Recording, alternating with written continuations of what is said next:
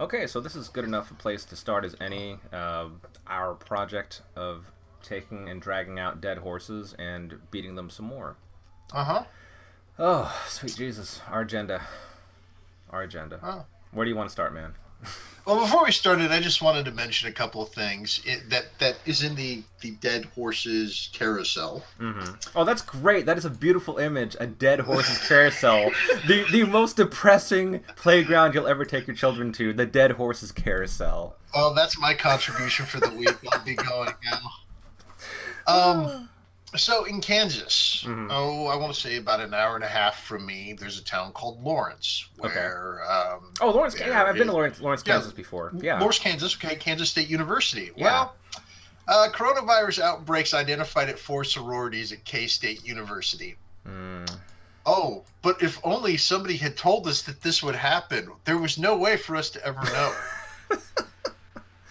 I and Yeah. don't get me. I mean, it's Kansas, Yeah. There's that. but it's just like, what the fuck did you think was gonna happen? Like, you know, Well, I mean, they were promised candy bars and pinatas and maybe hot tubs, back rubs, maybe something along those lines, and that's what they were expecting. But it's what they got that they didn't want. I just am like, universities. I understand. Yeah, you need to like keep the doors open, metaphorically speaking. Right. Right. But really, then the other bit of news that I just saw this morning. Hmm. So the mayor of Kansas City. Let me make sure I get his name right. Just because I'm like still kind of asleep. His name is Quentin Lucas. Now, Okay. I'm going to start this off because you may see where this is going. Yeah. Quentin Lucas is black. Hmm. No problem. Um, when the coronavirus pandemic got started, he very much was like very much listened to reason and science and said, "Hey, we need to lock the city down." Yeah. And a lot of people are unhappy with that. So much so that there's been uh, a petition to basically have him removed as mayor because, and I kid you not, apparently they were doing an interview with one of the people. They may have been like who started this organization. I'm not sure. Hmm. Who said, they weren't happy with the health mandates because they didn't get to vote on them or were Oh, consulted that on them. shit. And I'm like, it's a health Yeah. mandate. You don't get to vote for a fucking health mandate, you dumbass. That's why it's a mandate, Yeah, not that a is why mandate. they. Like when you and I But go out. exactly, but a mandate, like, is and I'm like, and I'm sure the fact that he's black has nothing to do with it. Oh boy. I'm just saying that there's a cross section between racists and people who don't believe in coronavirus. I don't know why, but there is a cross section there. Yeah. If only somebody could tell us why that existed. Well, speaking of, I didn't watch any of it, but there was some Republican-based party going on this week, and there was a lot of people that physically showed up, and I wondered to myself, was that really the best idea? I'm at a point where I'm just like, self-correcting problems. You Yeah, like hopefully, but unfortunately, it doesn't turn into a self-correcting problem. They go home and give it to other people. right, They because never ever die themselves. I know they become well the next round of dead horses, and it's weird because of course this entire moment we're living in happened at the top of last century, just a little bit over 100 years ago when we had what was referred to as the Spanish flu, which coincidentally enough, a lot of people say actually started somewhere in the Midwest, possibly even Kansas, Yeah, to the bring the those dead reason horses why. back around. Yeah, and if I'm not mistaken, the reason why they ended up calling it the Spanish flu is because it was during wartime, and we Hmm. weren't going to actually admit how devastating it was. But Spain, who was not involved in World War I Hmm. or World War II, oddly enough, um, like we're being completely open with how devastating it was. Like, Yeah, oh my God, thousands and thousands of people are dying, and yeah, that's why we call it Spanish flu. because tag you're Um, it, no tag backs. exactly. Um, it's just another example. A professor of mine, um, she used to teach in North Carolina, and she posted an article the other day that the school she used to work at has a science teacher who has been encouraging students to read on the COVID conspiracy Oh, hoaxes, good not God. as in a way to to to look at them and go, this is bad science, but as a, it might be real.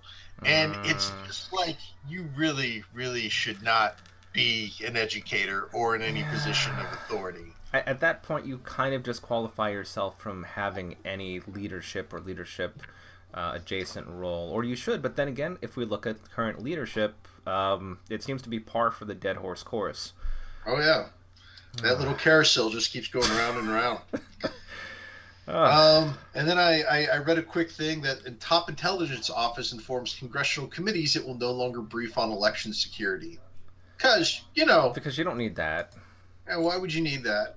Yeah, like. And and just to show that the U.S. is not the only place that the crazy is happening. I Mm-hmm. mean, I think we have the worst case of the crazy, Yeah, we're but it definitely in is the lead another. as far as total death count, Um, which is great.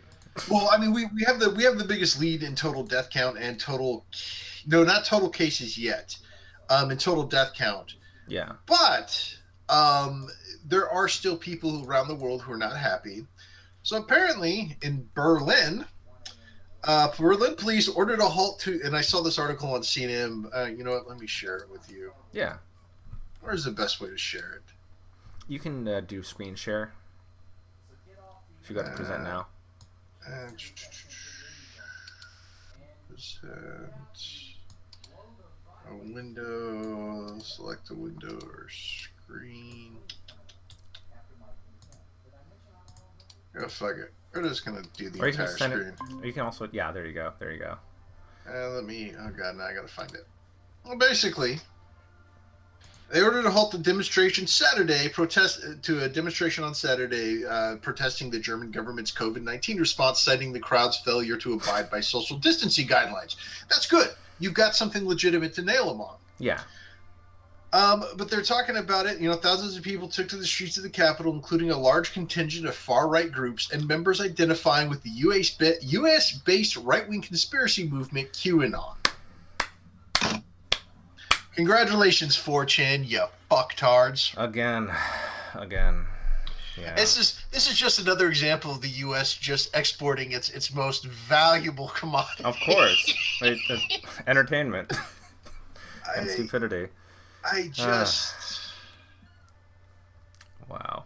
I you know I'm I'm at a point where, okay, now how do I stop this? Well, that's really the question for all of us. How do Well, we okay, stop this? I mean the screen sharing. Oh, stop presenting. There it is. Well, no. How do we stop it? And at a certain point, and we've kind of had discussions about this before, but I'm like, at a certain point, maybe you need to be a little bit more forceful. Like, Right, which is why quarantines were a thing and mandates for health reasons were a thing. Because if we want, if we want to see tomorrow, we have to take action. But I think you're also asking like a more fundamental question, which is a good segue for the first topic I wanted to beat into the ground this week. But I'm gonna let you finish what you're saying, all Kanye style. Go for it. no, I'm. Does that mean I'm Taylor Swift? Am I pretty? Well, when you put that red dress on, I'm just saying it's hard for me to stand up.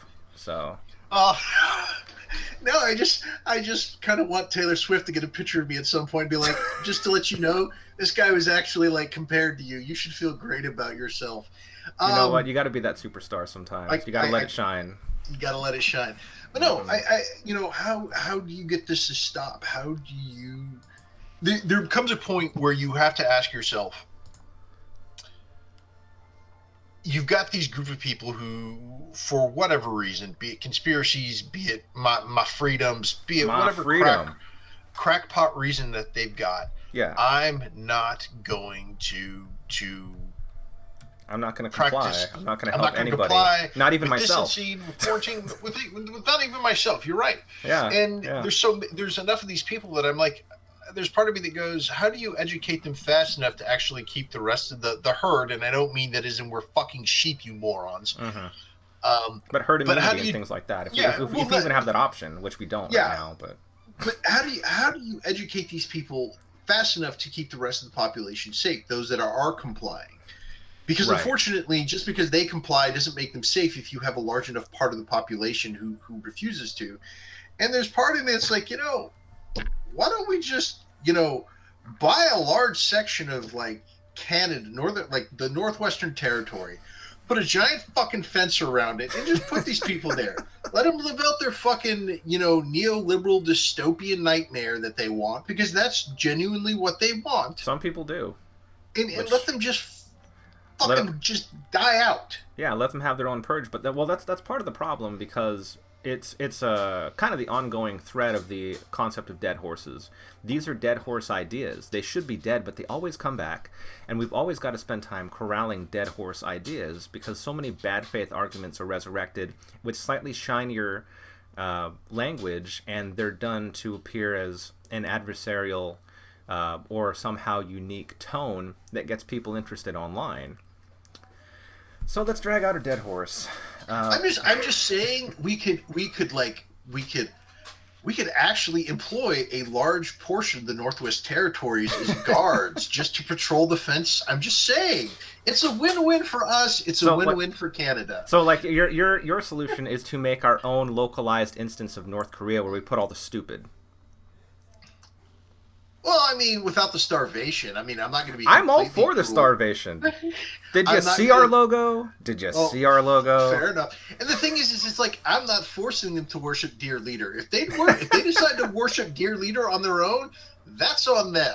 Right. It has to be consensual. And they don't have missiles or nukes. Yet. So well. Well, right now they don't exist. This is just a mind goblin for us to kick around. Exactly. Which is a lot of fun too. Like if only we could put people into camps to help them with their concentration. I don't know. That could totally work. I'm just saying we borrow a phrase from the Chinese. We re-education camp. Oh, God. And the funny thing is it's not like we're going after a minority. It's not like we're going after an ethnic minority. These are, This is a mental, well, I won't say a mental minority, because if it's 30+% of the population of the U.S. roughly that falls under that banner, that's such a big chunk of the population that it almost makes anything else that we do seem worthless. You know? I mean, I think it's fair to call them a cultural minority. Possibly. They are a culture of denial. Right. And it becomes a death cult whether they intend it to be or not. Exactly. What do you do when 30% of the population is pretty much intent upon annihilating the other 70% because they refuse to comply? Yeah. And it's also kind of sad because, like what is it? And there was a moment I stopped looking at numbers because I want to be able to laugh and smile and feel a little happy every now and again. But we had reached a point where roughly 1 in 5 people that have died of COVID-19 were American. Mm-hmm. That's not great. It's a little less than great. It's not, but these people consider them acceptable losses, and in the fact that they consider them acceptable losses, and they've never been in the military before. I know. And they're like, that's just what I fucking adore. Acceptable loss. You're such a capitalist bastard. Yeah, like I hate when people have this attitude and they try to act all big and tough after they've already lived their lives and ate all the nice glorious foods they've had and partied on all the yachts. They've already sucked the world dry of anything that might actually help the future. Like, all sacrifice was... Shut the fuck up. Shut the fuck up. It's so ridiculous. Okay, now that we've gotten that out of our system, now that I've gotten that out of my system, please continue. Okay, so the first dead horse topic I wanted to talk about is more of a conceptual deep dive into Maslow's hierarchy of needs. So I'm familiar. Yeah, like I'd want to hope most people are, but I'm worried that a lot of people aren't. because reasons. It's like the food it's like the food pyramid, right? Yeah, but it's Like, for your psychological well-being and how you see yourself as a person. So, like at the very very bottom, per the graphic that I put in the document that we share, so we don't lose mhm. complete track and go off rails.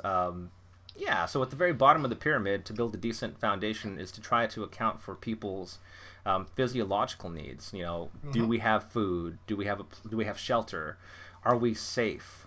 Actually, that's the one just above there. But I kind of smushed those two together because if I've got a place to sleep and food to eat, that's all well and good. But if I can't trust either of those things, I'm super worried anyway. Well, yeah, it's like because I read the paper that's connected to the graft. It's Yeah. the idea of homeostasis of is are those basic needs not just being met, but I'm assured that barring some unforeseen disaster, Mm-hmm. you know, that these will continue to be a stable thing of my life that I can count on, Yeah, basically. yeah. And so going back to the point you were making earlier too, we have all these people that react in a seemingly irrational way.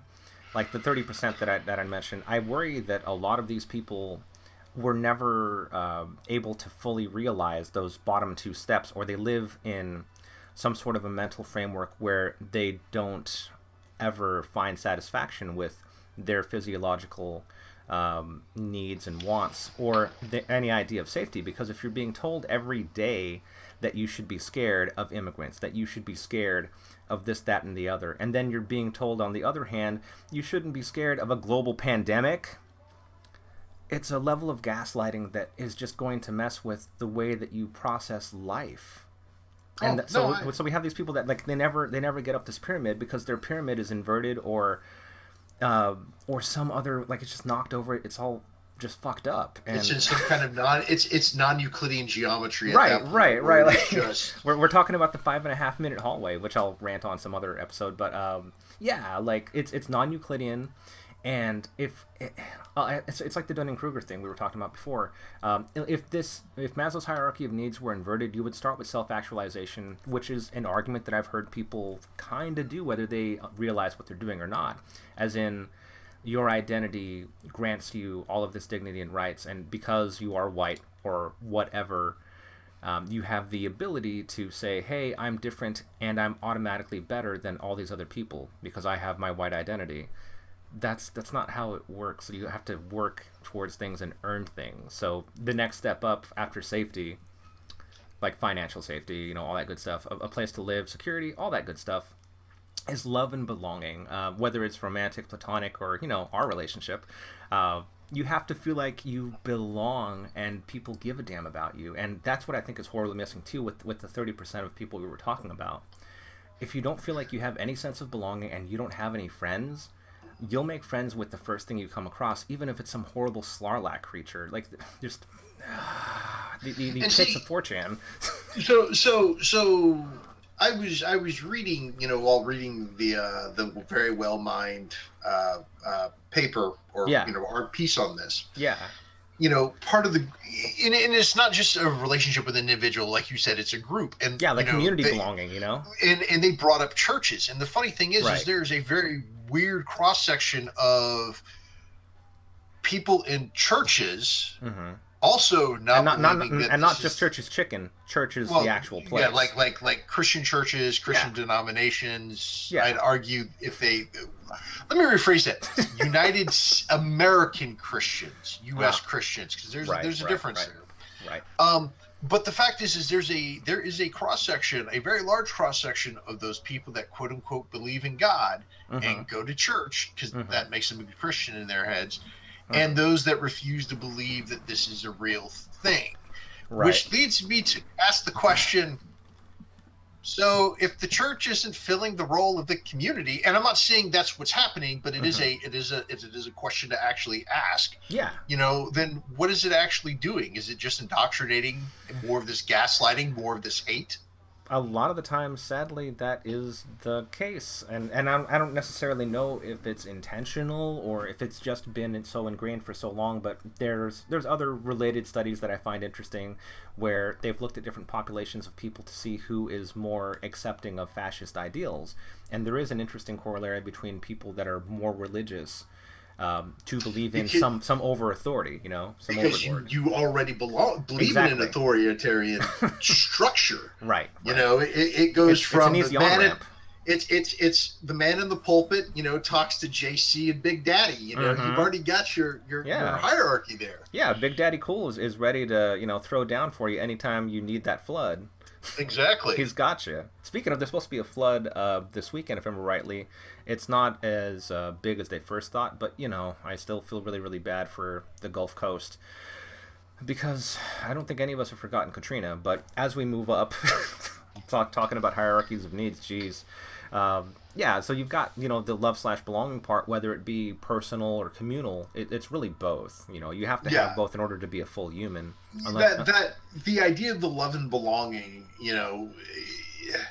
and knowing like having community, it's a way, it's cementing your identity to a degree. This yeah, is where yeah, I am, these are the people that I interact with, right. and all of that together is helps. It isn't the core of your identity, but it helps cement where you belong in the scheme of everything. Right, and whether you're trying to reinforce a pecking order or just having that feeling of belonging, which I think everyone needs, it answers a lot of questions for people, so they understand that they have a place in this world. Because the less community you have, the more disconnected you become, and we see where those paths lead. Uh, mm. But the other really big part is kind of like feedback and esteem. So esteem being the next layer up, having validation of some sort. You've climbed up the mountain. You've been doing great things. You get the good guy dead horses award. You're making it happen. You're the best dead horse of this quarter. You're the best I dad I, of the I, year. I want that. I want that fucking medal now. I You know want what? If we I make want this, like I want like a like no bullshit. If you look, I want like a huge number of them so I can festoon my. I will make up an armed forces and wear these things like those old Soviet generals. that Just sounds like something that we need to make up later. We need to make an entire dead horses army with ranks and like do the entire hierarchy thing with General Maslow as a dead horse. Actually, oh, that would be beautiful. that's gonna be part of our headcanon later. So General Maslow is one of the dead horses we'll always come back to. Yes, General But Maslow. General Maslow, because he's a general now, obviously, in our Dead Horse Army. Exactly. At the very top of the hierarchy, of course, is self-actualization. So, and every tradition, be it religious or corporate, even, has this idea about reaching the top of your potential, reaching a nirvana, reaching a state where you feel like you have selfhood, and it's understood from the inside of your being to the out. And You've made it. it's all in like you said, be it corporate, be it religious, Yeah. be it whatever organization you are in, Yeah. or community. Yeah. That's the ideal. Like That is I've got the what you highest. should be going for. Yeah, yeah, like in video games, like when you get a really really good kill to death ratio, Yeah. like you've hit your self actualization, you've went ahead, you've topped out, you've ranked out, and you've done it. You are, or as Sean Connery once said, "You the man now, dog." Also, happy birthday, Sean Connery. You really are the best Bond. There, I said it. Yes, you're the best Bond because you were the most sexist.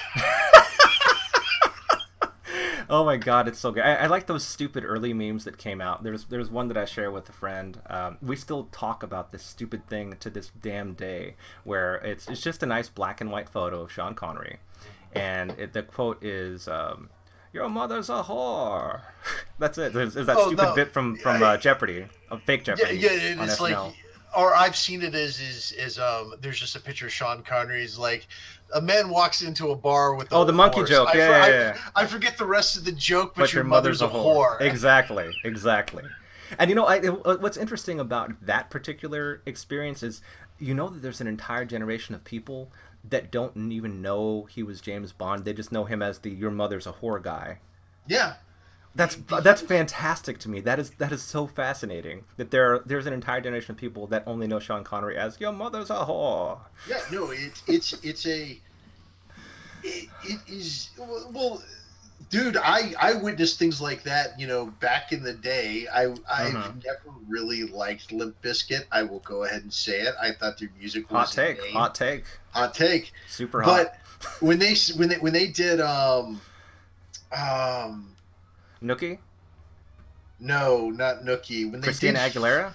When they did Faith, and somebody's like, Oh, "Oh man, the lyrics of that song is just amazing. I can't believe they wrote it." And I'm like, they didn't. "They didn't write it." Well, of course they did. No, no, they didn't. It's like, I need you to go look up a man called George Michaels Mm-hmm. and look at his entire body of work. And I'm like, including Wham up to where he, Yeah, yeah. and I'm like, and just listen to that, please. Just please listen to that, and don't ever say that Limp Bizkit created this song ever again. Oh my god. I can't believe all this dissonance because people don't have context. But like, and that's the thing. The reason why I'm going to talk about a dead horse like General Maslow's hierarchy of needs is because people don't think about all the things that go into making a person, and that's Yeah. what like I'm super interested in that because of my own journey to figure things out, and all of us are on this journey, whether or not we acknowledge it. We're all trying to find physiological safety because you need a place to take a pee without getting arrested. You need the general safety of knowing that you have a place to sleep and a financial future, and you need Yeah. that community feeling too, and the esteem and feedback that comes with knowing you did a good job. You need that big dead horse's Flavor Flav clock medallion, and at the very top of I it, self-actualization, man. Okay. See, you say Flavor Flav. Hold on. I I can't forget him. He's not dead yet, but he's always I, there. under, I understand he's not dead yet. That's going to be a great episode when he does pass. Not that I want him to, but I'm just saying, like, there's so much to get into when you talk about Flavor Flav. He was like the hype man for so long, and even though he had a bit of a falling out with Chuck D, and remember, the D stands for dignity. Um, Chuck D and Flavor Flav may not be homeboys anymore, or at least in the professional level, but what they laid down, what they did is amazing. Yeah, no, yeah, just for whatever reason, and I don't think that I don't remember him ever wearing a giant clock. Yeah. But just the name, Digital Underground. To me, that will always be just an emblem of. But I think part of the problem, to go back to this, people not understanding, or at least not. I don't want to say internalizing, not voicing, but this idea of everything it takes for a person to be a person Yeah. is, I think, in order for you to get on that train of, be it you agree or disagree with Maslow, Mm-hmm. but you have to realize that human beings, there is a journey to being who you are. Right, we're not You made know, overnight. Like our exactly. experiences, all these things, all these interactions with the world and people, bad relationships, dead horses, and everything that comes before and after.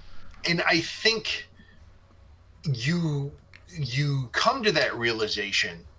I think you have to explore a wider world. You have to read. You have to think. You have to, be fortunate to run across people or passages in books or Mm-hmm. song lyrics or dare I say, even movies at time Or video that games. talk, or video games that talk about, you know, I didn't just show up one day and I was like this. There has been a journey, and here I am at the top. This Right, this is right. this is my promised land. This is my destination. But Yeah. if you don't have any of that, you're never going to really think about that concept.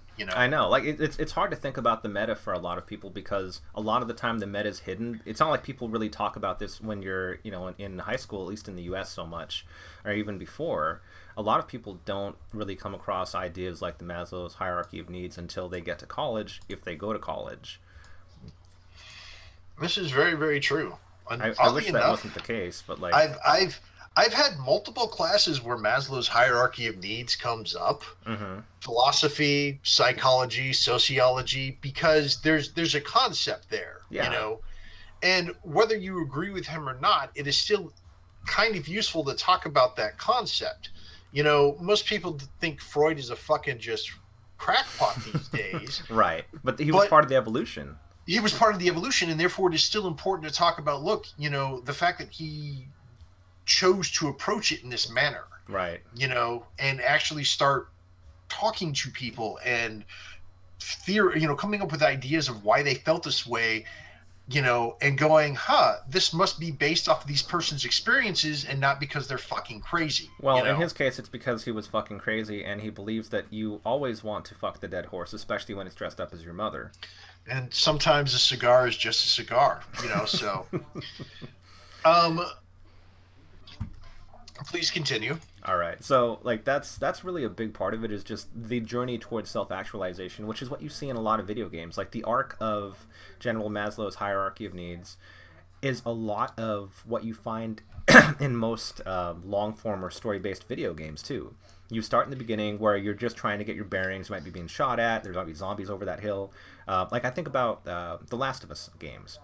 Like, it deeply mirrors a lot of these themes and a lot of these steps too, where you don't know what the hell's going on, and you're trying to find the next upgrade materials or rounds or whatever, and you're trying to get to the next point of safety. With the people that you meet in your adventure, you're going to have some sense of love and belonging, and sometimes that comes at the end of a machete. Hey, that's life. The esteem of knowing that you've accomplished something. If you're doing it right, you get those stupid achievements. That's always fun. I always turn them off, but those are still there. They're there to achieve General Maslow's vision, and at the very end, you get to achieve self-actualization, which may end in a bloody-fisted girl fight on a beach. No spoilers. Things happen. So, are you thinking so about much, it? there's a lot to there's a couple of so. I will agree with you. I will. This makes it sound like I'm about to disagree. So no, Listen, fucker. I agree that a lot of I'm not going to say a lot, but there are video games that actually take this arc of you have to build yourself up this self-actualizing moment. Yeah. I will say that I think a lot of games do it poorly. I know. And I will say, at least for me. I mean, a lot of movies do it poorly too, but we'll beat that horse in a bit. Yeah. Movies, shows, books. I mean, it's not perfect for people, but like for me specifically with video games is coming to that point. Hitting that ultimate moment where this character has climbed the mountain, literally has climbed the mountain. Yeah. There's part of me that goes, I can see where some people, they get that feeling. Oh, this is amazing. And it's. I'm the king of the world. Well, it is kind of the king of the world because I got there on a character, and I put in a lot of work. Yeah. But for me, there's kind of a hollowness to it because I'm at least far enough pulled back that I can go, well, this isn't really me. I understand the feeling that the game is trying to give me. Yeah. But it's not there, and I think there's a weird thing where being able to recognize that journey, and you can see it in other people, and you can root for them, but you can't enjoy that experience, And I get, I can't eat this pizza for you. Exactly, I can't eat this pizza for you. Yeah. Well, it's interesting that you mentioned like the arc of video games, because as you were saying that, I immediately thought of how reality in some cases has fundamentally changed, because you have these people that live online a lot more than we do, obviously, that have made their entire lives and literally millions of dollars on Twitch or in esports, and so now it's a viable career path because reasons. Yeah. They can self-actualize in-game, and they self-actualize in the real world with millions of followers watching. It's such a weird world to live in. And at the same time, there's part of me that, I mean, had you told my 12-year-old self that, one day there are going to be people who can make their living off of playing video games, but it will happen at a point where I'm not going to say too old for it, because you're never too old to be a gamer, but you're sure not. But to be like in esports and everything, there is a reaction and whatnot. Yeah. There's a part of me now that looks at that, my 12-year-old self would have been like, "Oh, damn the luck, curses," But now I look at that and I go, "Man, those people are fucking monkeys. They have to perform in a cage." Well, it's a Skinner box thing. No, it is. Yeah. Twitch is literally the old man with a fucking calliope, just turning the organ grinder, or or cranking the The organ, grinder, yeah, cranking it, stroking the organ and grinder. you're doing your little dance, I to get know. the shekels. And some people are like, who cares? They're millionaires, and I'm like, they don't ever get to leave.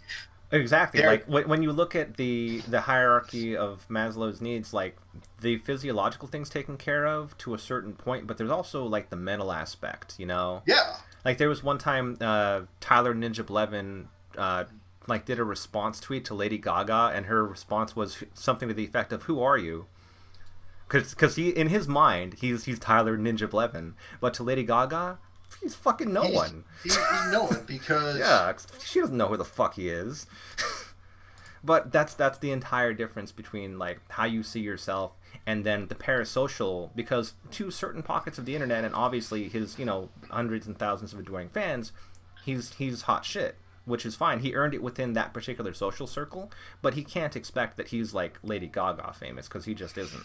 no, well, exactly. It's a the number of people that are into esports and whatnot Right, here, the right. number of people that listen to Lady Gaga here, Right, and and there's it's some crossover, but it hasn't reached to the point where she actually gives a damn about what you do, playing Fortnite and well, fighting against children, but effectively. and even if there was a cross section, it's more of a you play video games, I make music, and I'm not saying Right, oh you right, play video games, it's beneath me. right. It's There's just no different. cross. It's there's like Like Lady Gaga does play video games to be precise about it. Like she did an entire playthrough of Bayonetta not too long ago, if I remember rightly. But it wasn't like on Twitch or anything. She just does it for no, herself. but But your my point point being, is yeah, her profession is as a artist, as right, a musician slash singer, an actor now. But yeah, and actor. Sorry, yeah. and you've got this guy who's basically he plays esports and he makes comments on things. Right. Well, I mean, to say that he plays esports, I think, is almost giving him too much credit. And this is my own bias coming out. But you know what? I'll say it. My hot take. I'm not the biggest fan of Fortnite. I'm just not. Like I I just Fortnite could disappear tomorrow and I'd be okay with that because I don't play it. I'm not saying it's a bad game. I'm just like like it it's a does. nothing game to me. You know. But I know they make their money, Epic Game Store, yada yada, blah blah blah, and like this entire 1980 Fortnite thing that's been going on, I think is hilarious because it's just it's rich people fighting to become richer. Yeah, at the same time trying to convince the people. Like there's an underdog in this one. Yeah, there is no underdog. You know what? No. Sure, Apple is out of Epic's weight class, Oh yeah, way but above them. the only thing Fortnite Epic wants is to be able to do the same thing they're accusing everybody else of doing. Right. They want to be the only name in the game. Yeah, because well, they want to have such a high market cap that any other competitors are non-existent by comparison. Exactly. Yeah. And the fact that he's trying to appeal to people, I just find laughable because It's I'm so like, weird, man. I'm like, if you can't see what this fucker's end goal is, you deserve everything that happens to you Yeah. this journey. Mm-hmm. You Mm-hmm. know, it, it's so. But talking about going back to Ninja and talking about Maslow's hierarchy of needs, Yeah. there's a problem with that path. There's a problem with that pyramid because that income that income only lasts Like he's as on long as safety as long as it's pay to play, and yeah, he's so he's kind of stuck on just the second layer, like just above yeah. physiological, and he's stuck at safety. And like the entire, like him reaching out to Lady Gaga on Twitter was him trying to attempt to reach to the next layer above him, love and belonging, and she was like, "Who's this scrub?" No, well, Oh and I boy, mean, I'm sure not great. he has friendships. Oh, I'm I'm sure he sure he's does. got. I'm sure people But care about him at some but level. my comment was more of like, and he's not the only person that is in this position, Right, but right. he's got to keep dancing, or that safety's gone. Yeah. What else are you gonna do? Sure, you can retire off the money you've made, but you better make sure that lasts you because you got nothing else, man. Right, and some people some people stream in almost this cycle of pain. There's this guy called they just call him Wings for short. Wings of Redemption, I think is his full screen name, but he essentially exists just to be bullied. So people actively follow his Twitch channel and they subscribe and they throw money at him just so they can yell at him and belittle him on stream. And I'm like, that's literally his entire life. So it's toxic. That is essentially, and I'm gonna get in trouble for saying this, but Don't worry, we're not live. I'm just recording locally. that's kind of like, to a degree, the humiliation scene, degradation scene in sex fetish. Yeah, but that's consensual. In his situation, it's semi-consensual because he's letting it happen and he's encouraging it because he needs that money. But he's caught lower in the Maslow hierarchy. No, and don't get me wrong. I completely agree with you that he is stuck. He is caught in this. If I stop, what am I gonna do? Right, and in his case in particular, like if you believe what he's told people, he's the only income in a household of 9 people. So like he's doing this because he's if he doesn't, like they're all screwed. Yeah, and it's like, well, you do realize sooner or later the physiological side of it is going to break down. 'Cause, like, this dude is big, like, not to be mean, but he obviously has some health problems. Yeah, there's an entire video about him, but that'll be for another time. I'll share it later. But go on. It's just the idea of, like, look, folks, the gravy train isn't going to last forever, and I'm not jealous of you. You got to use what you got. You got to use what you got, but at the same time, I can only imagine the physiological, the psychological, the emotional toll that kind of life, that kind of job, as it were, takes on this whole having to perform 24/7. Yeah. I've got to be online X amount of hours a day because if I don't, I'm going to lose followers. Exactly. Like, and you've got to perform on multiple social media platforms because people need that content, and that just takes everything out of you. It's just, talk about the parasocial relationships. I mean, it's also, it's also very much kind of like a parasite, Yeah. Oh yeah. Which is it puts the para in parasite. Constantly needing that hit, needing that fix, and like, Yeah. Like I said, my 12-year-old self would have cursed my luck for being born when I was, and now here at 42, I'm like, yeah, you know what? No thanks. I wouldn't want to do that for anything. I mean, I had when EverQuest was a thing, and I'm dating myself by saying that. One of my really good friends online, we sat there and we talked about it one day about actually, with a couple of other people, we were just going to start farming items and selling gold and whatnot on EverQuest. We talked about it. Oh yeah. Just gold farmers taking prices online, figuring out, how much money we could make. And I'm like, I could have quit my job at that time, and I had a pretty decent job, but I just sat there and I thought about it, and I'm like, yeah, but the first time you miss a drop, the first time someone jumps your claim, the first time, any of these things happens, I mean, you're going to have a really shitty day. And I'm like, I don't want something that I use as an escape to then become my full-time job, I know, like, I would hate to be in a situation where what I do for fun becomes my job, and I would go to hate it, Exactly. Which is why all these guys, I remember in high school, guys are like, man, I'd love to be in porn. Could you imagine just doing that all day long? Oh, watch porn star interviews when they get real. Oh boy, does that man. Oh man. Like, no, thank you. I'm like, you're imagining a paradise that doesn't exist. Exactly. Well, that's what people want. Is they want that story. They don't want the reality of it. They don't want the dead horses that you have to deal with later. They just want the product.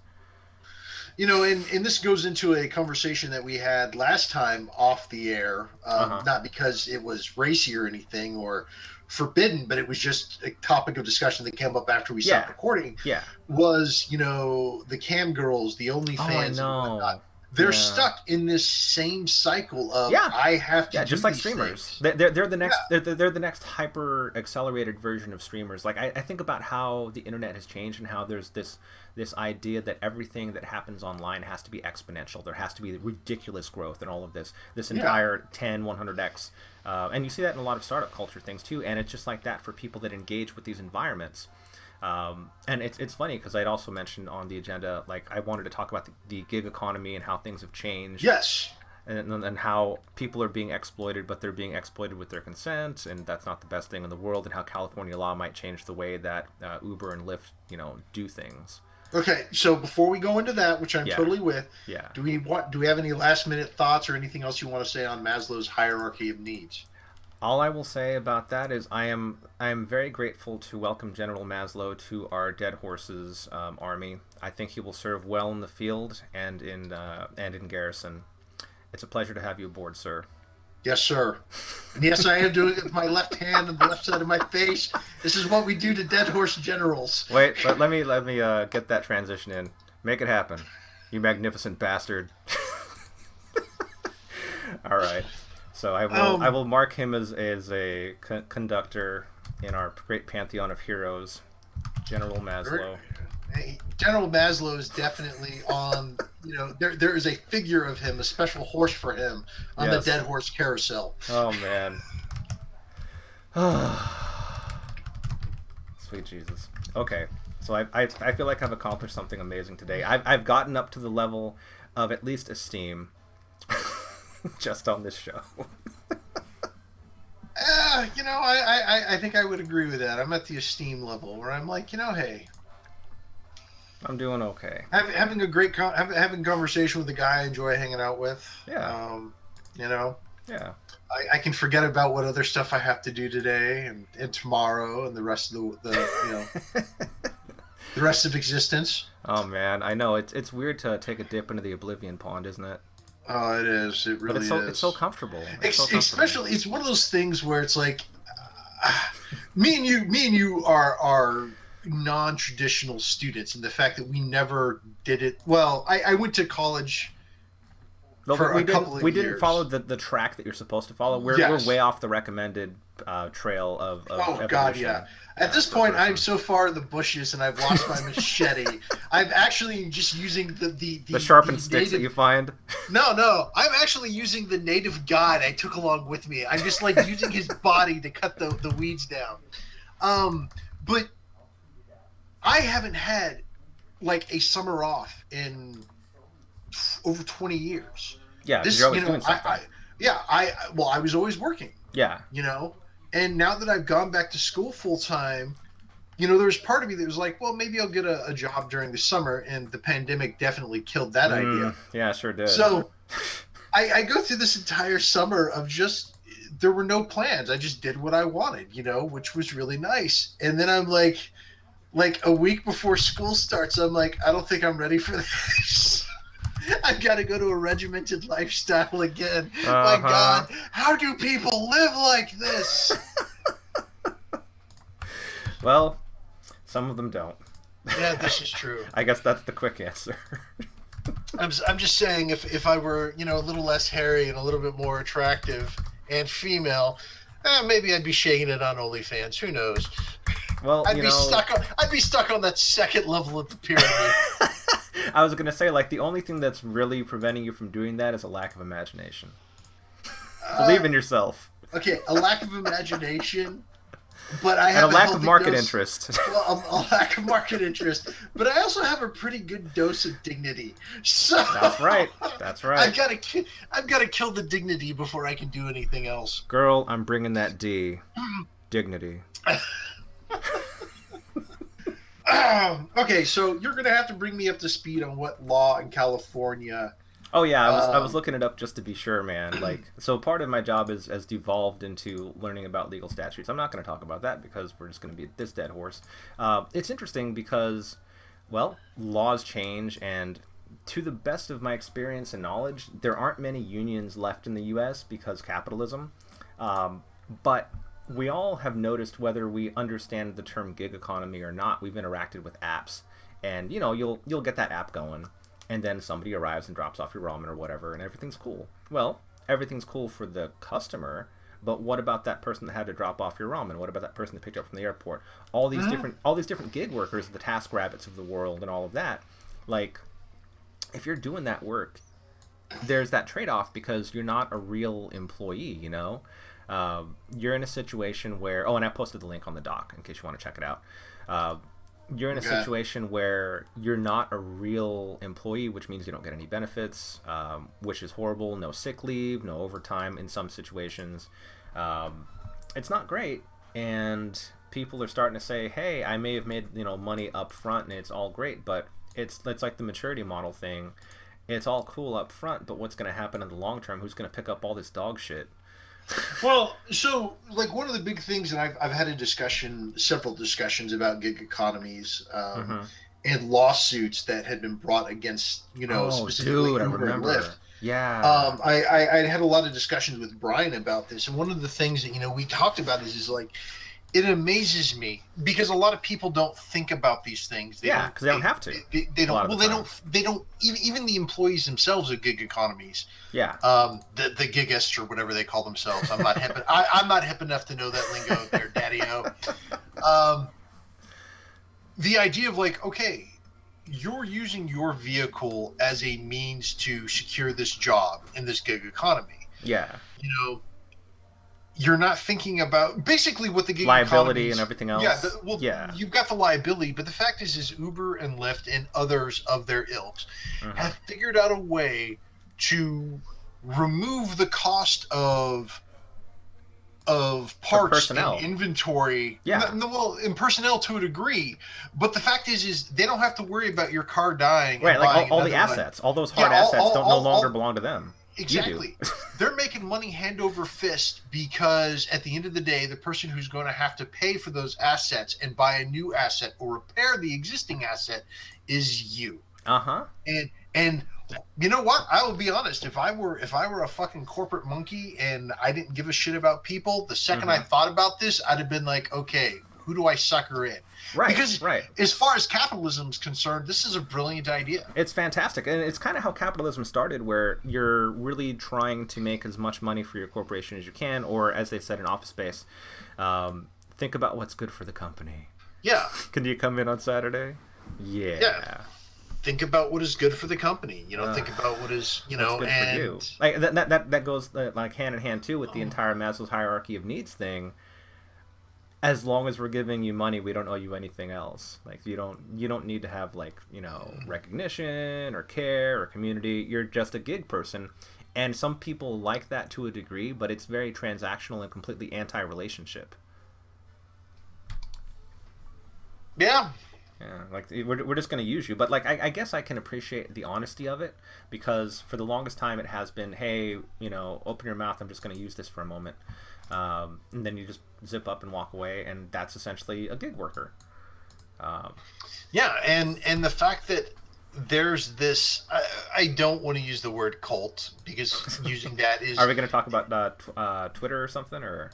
No, but this idea, this is my side hustle, or this is. Oh, I know. No, you're dead right, dude. Like the people that follow these hashtags, like hustle hard, all this. It's not going to get you anywhere because at the end of the day, like you said, that money up front is going to disappear because sooner or later, this job that you're doing is going to catch up with you. Now, don't get me wrong. There are people that beat the odds and they make that money. But if this idea of, making it big is I gotta roll the double sixes, or, I gotta get lucky enough and everyone else has to get unlucky enough. Yeah. That's kind of a shitty model. Yeah, it's for a variety of reasons. It's not great because it turns our reality into this big competitive game instead of us taking care of people. Like if General Maslow had anything to say about it, he might begin his preamble by saying, "Hey, this bottom layer of this pyramid needs to be covered for everybody. The same thing with the one just above it, and then people can figure out, the love, belonging, and community thing on their own. But we never hit that foundational, which is." What sets the stage for things like the gig economy coming back, which to me is funny because the gig economy isn't that much different than how capitalism was like in the 20s and before the 1920s, where like child labor laws, they didn't exist. We didn't have a 40-hour work week, a lot of stuff. So the Pacific Legal Foundation article that I shot over to you was talking about how 42% of gig workers who earn their money online for whatever platform they work on for their side hustle, that's their main income, not as their primary job, but that's pretty much it. And so since they don't have a primary job, which in this context meaning like something that gives benefits, they're really flying with no safety net at all. Oh yeah, and I mean, at the end of the day, the living the dream like Uber and Lyft are as far as corporate America is concerned. They want to follow suit. They, if Apple could make all of its fucking employees tomorrow contractors, it would. Oh, they would. Same thing with Microsoft. Same thing with fucking Nike. If any company could get away with it, they would, because, oh, hey, we don't have to pay health insurance. We don't have to pay benefits anymore. Right. Except to the CEOs, because they are truly because they're obviously the most important people. Yeah. They're the important parts of the team. Yeah. And it's not production. Fuck production. It's another fucking lie. It's another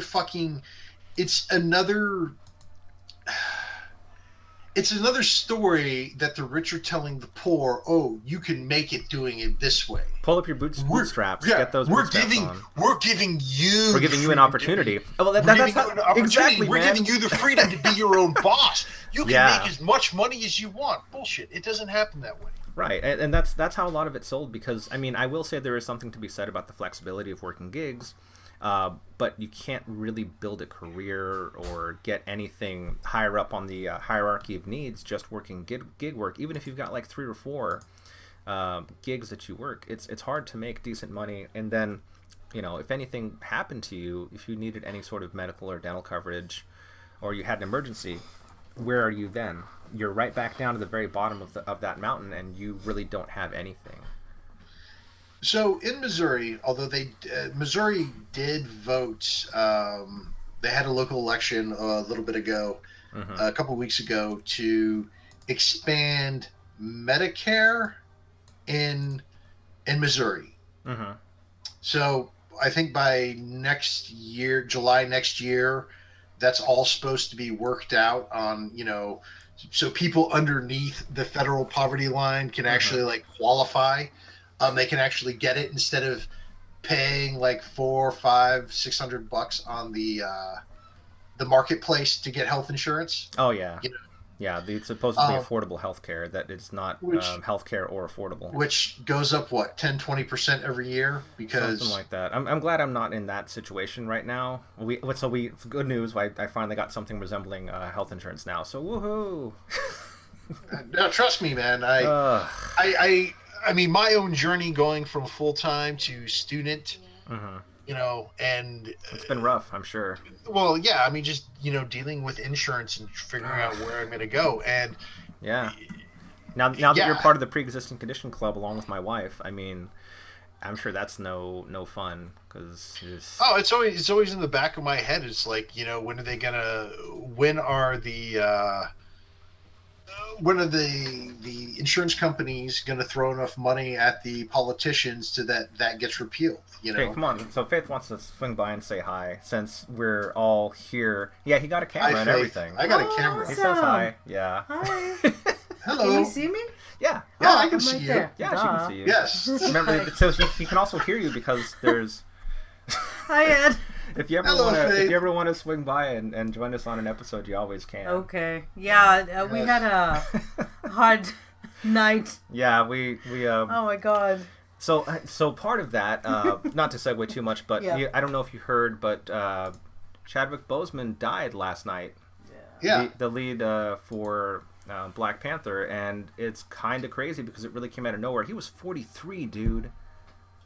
That's it. Yeah. He was literally like freaking Black Panther. I didn't think there was anything wrong with him, but because he was so private about his battle with cancer, it really just kind of came out of nowhere. Yeah. Man. No, I was actually talking with Hearn last night when he saw that that bit of news, and I'm like, are you serious? Yeah, so I posted that on Discord too, and I wanted to be the most respectful I could about it, so I just posted the Wikipedia article because Yeah. I don't like the initial media rush that happens when someone dies, um, and that It, was it about as neutral as I really could get. it really does bother me. It has been and it will continue to bother me. On Facebook and Mm-hmm. these posts. And yes, don't get me wrong. There's a time to be respectful and whatnot, and there's a way to be respectful, Yeah. and yet most of the posts I see on Facebook are not being respectful Well, that's their entire because business model these days. well, but it's not just, and I'm It's not not just saying Facebook; it's social media at large. But yeah, well, Facebook is an but example. I'm not talking the platforms themselves. I'm talking about the people using the platforms, where Right. it's just like, Right. all right, okay, Susan, I guess that's something you said. Congratulations, go you. Yeah. It was one of those things, like you said, nobody knew that he was battling it, Yeah. and you know, Yeah. um, and yeah, no, it was sad. I mean, he looked like he was in great health too. That's what really just trips me out because when you look at the man, he was a beautiful specimen of a human being. Yeah, I would have never thought that he had stage 3 cancer in 2016, and yeah. the end of his journey unfortunately was last night. So, if anything, a lot of respect for his body of work and all of my sincere condolences for everybody and every life that he ever touched. That's rough, man. But he's left a hell of a legacy behind, and I hope that's not going to be forgotten. I'm not gonna skip. Yeah. Perch, you're still on mic. Like, this is still live. Well, not live. We're not on Twitch or anything, but, we can still hear you. Yeah. Okay. All of a sudden, Okay. I just wanted to scream and then just get fucked by horses. That would just be amazing. Well, that's I guess the best thing about, these events is with all the horrible things happening in the world, it's good to be able to come together and laugh in the face of all these dead horses. No, I mean, I was actually talking about another person. I'm like, I mentioned the podcast and like, oh, that's cool. And I'm like, here's the deal. It's not professional. Hell no, it's not. Like, I never wanted to be professional. No, I don't want it to be professional. But I was like, and I'm like, I doubt it's even any good because I'm not going to get an ego and be like, I do a Right. podcast. Fuck that. Right? I'm a podcaster now. Fuck that, dude. I have a mic and a headset. That's what I have. Yeah. But I'm like, to be honest, the fact that I can rant about things that piss me off so much and discuss ideas with somebody who is of like mind, but we disagree on how certain. Well, we're good. We have perspectives built on our life experiences, which is Exactly. why I like to look at fundamental things like General Maslow's hierarchy of needs. Thank you, sir, for your service.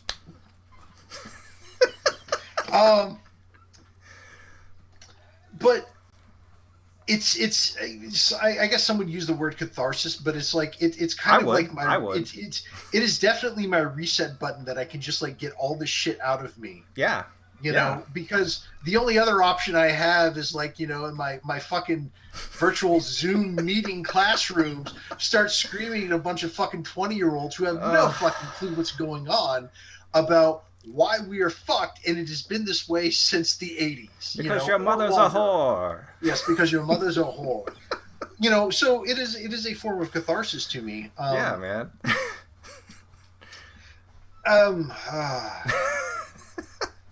Well, if anything, I aim to be a good service horse, so I'm always here to service you. That's staying in. That's staying in. That is totally staying in. I think I'm more of like the horses that drag the artillery to wherever they needed to go. We get there when we get there. Exactly. That's your spirit. There's horse. mud. There's mud. There's dead 19-year-olds. I mean, I'm gonna take my Exactly. time. I just got out of the trench this morning. They didn't even bother to hose me down. There's no hay. I'm caked in blood and mud.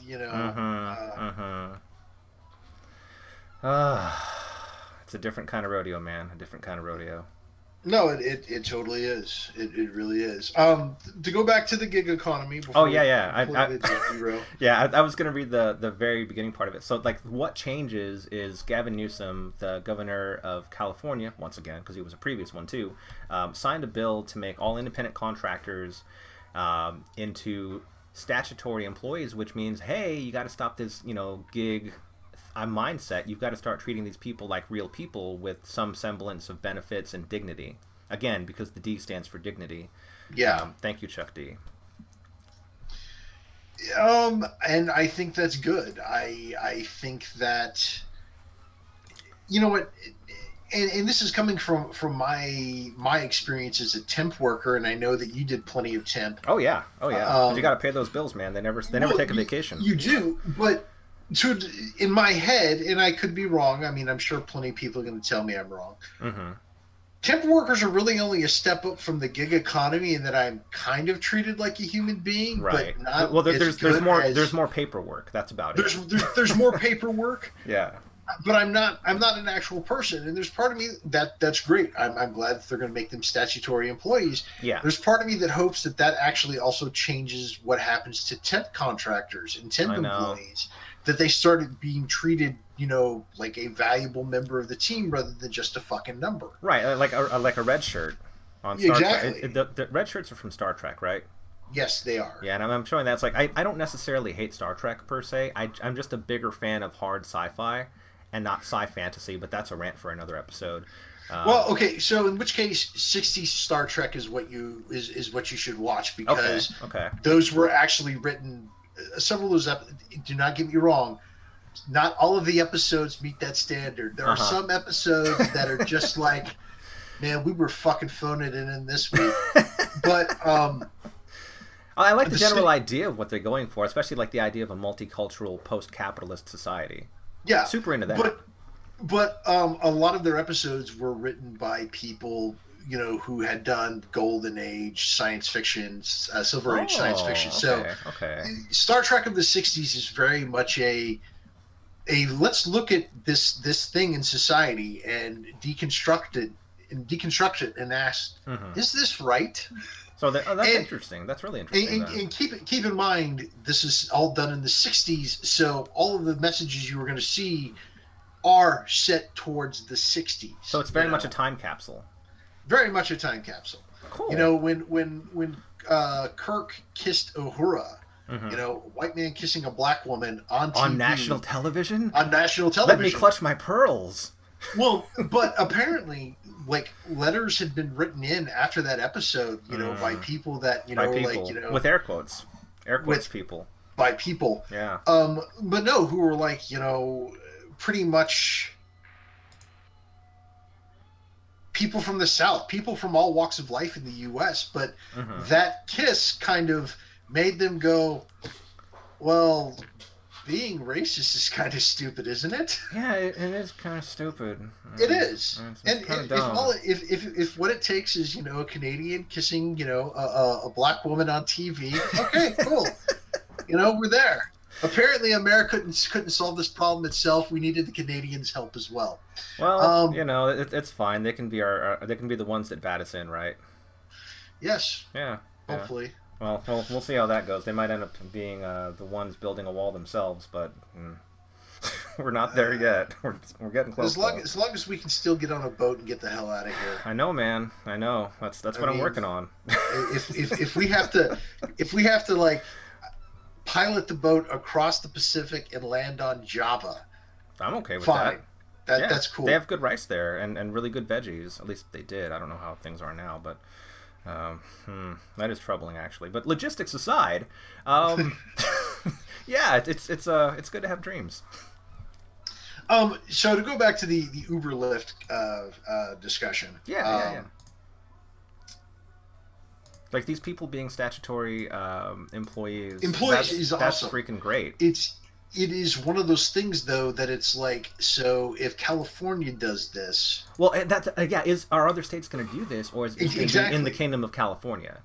Exactly, and that becomes the core question of like, okay, great. I know Seattle proper basically said everybody, we're going to do $15 an hour minimum wage, right? Which is awesome and should be fucking required. But it's also, well, is anyone else going to follow along with that? Right, because if you're playing by one set of rules and nobody else is, it's not really a game. You're just playing hacky sack by yourself. Yeah, and don't get me wrong. There's part of me that's like I've done that, but You know, Yeah. it's not great. I mean, I can't really brag about it. I can't go on. I maybe I could have set up a Twitch stream and just hacky sack for an hour by myself. See how many views I get, right? I'm sure you'd get some. Yeah. But this idea of like, hey, awesome for the people in Seattle, but is this idea going to trickle down and actually go to other places? Probably not. You know, well, I mean, Kansas I want to City hope that it does, but like I want to say it was Kansas City was actually trying to institute a minimum wage of like $11 an hour. Hey, that's better than $7.50 or whatever the fuck it is now. Yeah. But you still have to get enough votes. You still have to get enough cities behind it to change the attitudes of of people at large and businesses too. No, exactly. Well, and let's be honest, the businesses are going to have to be dragged into it, kicking and screaming. Yeah. Yeah. Speaking of dead horses, like that's what happened whenever labor laws started happening at the in the 19th century. And Sinclair's The Jungle, which is a book I come back to a lot, was where that idea of how the sausage is made comes from, because we would have all of these bad practices that would happen that businesses would get away with because regulation wasn't a thing. Yeah. I'm sorry. Oh, you're good. Regulation is an amazing fucking thing. It's very helpful. That's why I have both my hands. It is incredibly helpful. Well, both my hands. It fails on certain levels. Yeah. Because there are certain things that probably should be regulated. There are certain industries that should probably have to prove that their chemicals are safe for humans before they're actually used in products being used by humans. But that almost sounds like a good idea. Almost, but I mean that would cause them to waste money on research, and like who has time for that, you know? Yeah. And what ends up happening is people have to get money, like people in these communities that are affected by these chemicals, be it in the drinking water, be it, you know, wherever, have to get the money themselves and pay for the testing to prove that, hey, by the way, these chemicals aren't good. So, dude, there's that movie called Dark Waters, which is about Teflon and the exact scenario you're talking about. Yeah. Thank you, Google, for showing me that. It's totally a thing. I'm sorry, it was DuPont, if I mentioned it. I knew you were talking about. Yeah. Man, that's it's one of those things where it's like, you know, it's regulations make sure people stay alive. Now, I understand that those of the capitalist mindset believe that, hey, acceptable losses, collateral damage, whoops. You know, see, we killed all these children. My bad. Who gives a fuck? You know, hey, who gives a fuck if the school children die as long as I still get air conditioning in my Cadillac? Right. And I'm not saying Cadillacs or air conditioning cause, you know, deaths. No, but not there's yet. There's this mentality of the Ford Pinto causes deaths. Yeah, the Ford Pinto causes death. But as long as I'm not inconvenienced and that it's not in my backyard, I don't give a fuck. Well, that's the entire thing, the not in my backyard attitude. Yeah. And that's another very long-standing dead horse. As long as my toilet's flush, I don't care what happens outside of my little neighborhood, you know? Right. I mean, I've got my 10 fingers. Yeah. And you know what? Even if it got my neighbor, fuck Bob. He was an asshole anyways, you know? Fucking Bob. You know, it was one of those. I was so, oh god, I can't remember where it was. But there was an image of, you know, because fracking is, you know, such a wonderful, wonderful fucking thing. Petrochemicals can eat my ass. Smells like Texas. It wasn't in Texas. I'm pretty really? Sure it wasn't in Texas. Okay. Well, still, let's fall down this road. It does smell like Texas. Yeah. But there was a subdivision. This may have been in like Arkansas. There was a subdivision that a oil pipeline was basically being run under. Mm-hmm. The pipeline broke, and basically the subdivision was just crude all over the fucking place. And I was just sitting there, you know, looking at the suburb, looking at these really nice houses, these fucking Ford Escalades, all this, and I'm like, yeah, I'm pretty sure you did not give a fuck about what happened until it happened. But now suddenly you do. Yeah. And how do we know that this is safe? And yada yada yada. And I'm like, think of the children. I'm like, if only somebody had told us that this was a possibility. Yeah. If only there was something you could do, like an environmental impact statement, or, you know, any homework or due diligence or due care, but you know, the Army Corps of Engineers actually coming out and, you know, like doing a study. things. Yeah, You know, yeah. Because remember, boys and girls, the D is for dignity. All right, so I'm going to try to cut this episode somewhat short because we've been going to like the hour and 20-minute mark every single damn time. I know it's only been 2, but still, like, I want to try to keep something resembling a format. Otherwise, we would just talk like we're going to off camera here in a bit. So the only little tradition I like doing at the end is the quote thing. I did last week's, so it's in your court, man. But I'm going to let you finish talking about what you need to finish talking about. Get it out of your system, and then we'll try to wrap this up. No, I think it's pretty much out. It's a, awesome for the gig workers in California, and I hope it does make things better, and I hope this is a stepping stone. Yeah. To being fully actualized or realized as an actual fucking person. Yeah, they're almost going to reach parity with workers from the 1950s. Yeah, almost. Yay. It's amazing how we've been sliding backwards. And I can only hope that the rest of the country looks at this and goes, "Hey, that's a good idea." And I can only hope that, sooner or later, corporations get slapped down and say, "Okay, we need to bust you guys up. We need to, make it to where a handful of companies don't own everything on the fucking planet." I know. Because I would actually like choice and competition. Yeah. Yeah. Instead of this neoliberal idea of greed fosters competition. No, it doesn't. Oh boy. No, yeah. Not at all.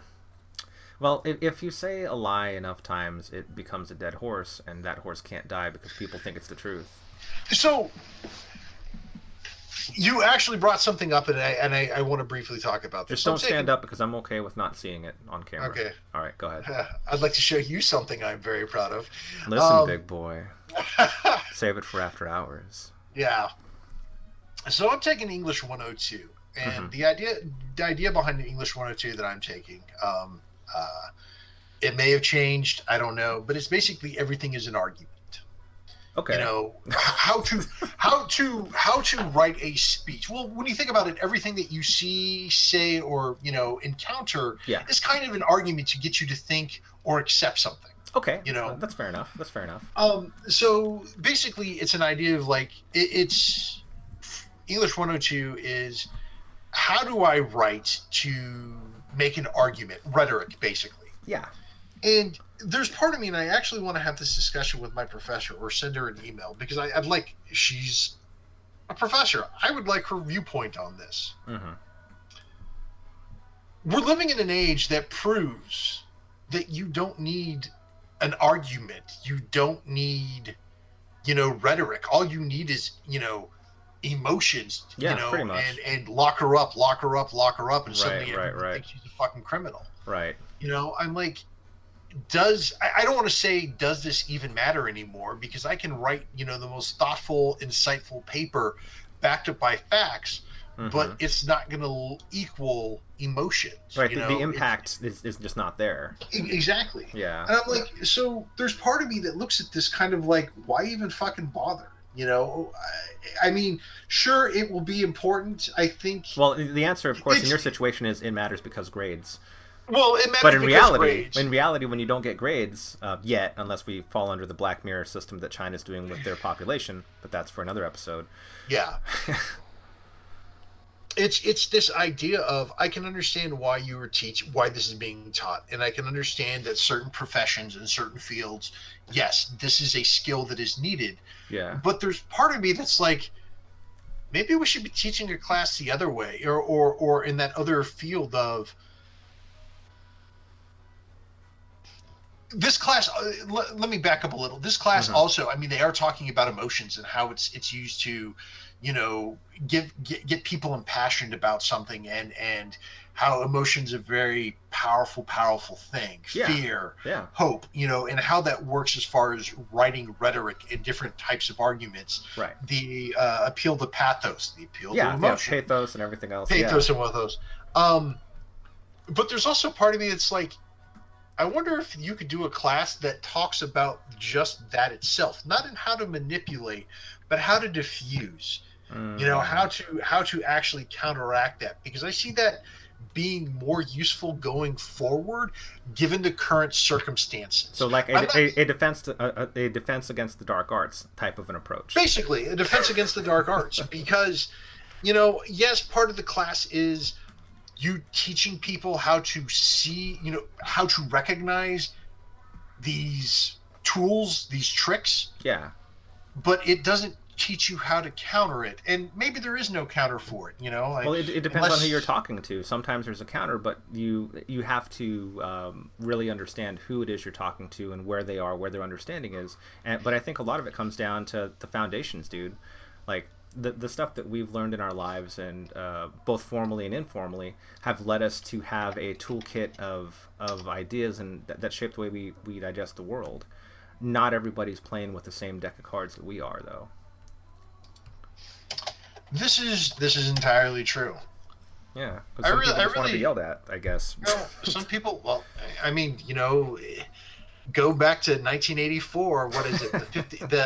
What is it? 20 Seconds of Hate. Oh yeah. You know that idea, just like and don't get me wrong, when you're in a room full of people and you're all screaming bloody murder or the death for, you know, one person, I'm sure that is an emotional high that I have not experienced. Yeah. Nor do I want to experience that, because as it turns out, I don't really want to be part of a lynch mob. Yeah, I'm not really a big fan of that either. Ugh. I mean, I would probably make exceptions for certain people, but I've yet to meet those people or been in those situations. So well, it would be a considered approach, and it wouldn't be something that would not be your first move. That wouldn't be the first hand you played. Exactly. That might be that would probably be like a plan W, X, Y, or Z. You know, yeah, it's further down the road. Maybe not the bottom, but pretty goddamn close to it. Mm-hmm. Mm-hmm. Well, speaking of the bottom, here we are. If you're ready to be my bottom bitch now, if you're ready to close this out, nice, well, and good, I will definitely appreciate it. Also, I thought to myself, I'm gonna start adding icons and extra art on top of our logo of the different creatures and people that we talk about. So as time goes on, it's going to be just this destitute landscape of dead horses and General Maslow and the Ford Pinto on fire and like oil slicks and my festooning of medals just everywhere. I want to collapse under the weight of my own medals. Just, you know, you want to live that American dream. I want to live that American dream. Yes. So you know what? As far as quotes, I think I'm gonna steal a quote from the American actor Val Kilmer from Real Genius. And in the words of the immortal Socrates, "I just drink what?" That is a great reference to a dead horse too, because we'll eventually get to Socrates and give him some sort of a field commendation. But for this week, I think that's a good place to stop. I agree. Yeah. Well, thanks again. We will get to music one day. Like an outro. Further down. Yes, as an outro. All right. I'm gonna stop. Okay. Cool. Right.